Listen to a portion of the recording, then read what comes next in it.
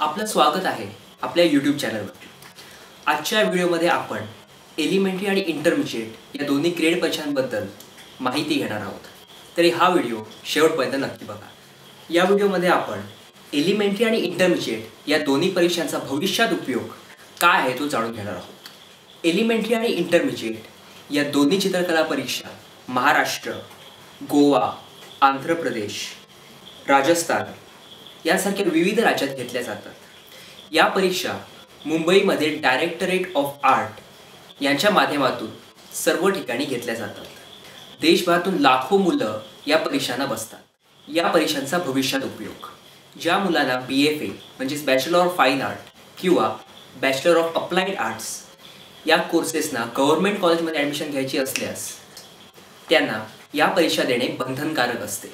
याशिवाय 10वीच्या SSC एक्झाममध्ये intermediate परीक्षेत A ग्रेड मिळाली असल्यास 7 वाढीव गुण दिले जातात। B ग्रेड मिळाली असल्यास 5 वाढीव गुण दिले जातात। C ग्रेड मिळाली असल्यास एकूण 3 वाढीव गुण दिले जातात।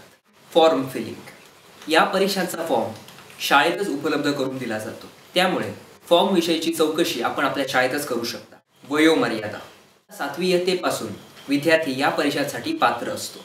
बरीच मुलं ही 8वी इयत्तेत एलिमेंटरी एक्झाम देतात तर 9वीमध्ये इंटरमिजिएट परीक्षेला बसतात। 7वीमध्ये आपल्याकडे मेमरी ड्रॉइंग, जॉमेट्री इत्यादीला लागणारे कसब आणि ज्ञान नसतं। त्यामुळे 8वी इयत्तेत एलिमेंटरी आणि 9वीमध्ये इंटरमिजिएट या अभ्यासक्रमासाठी लागणारी पुस्तके।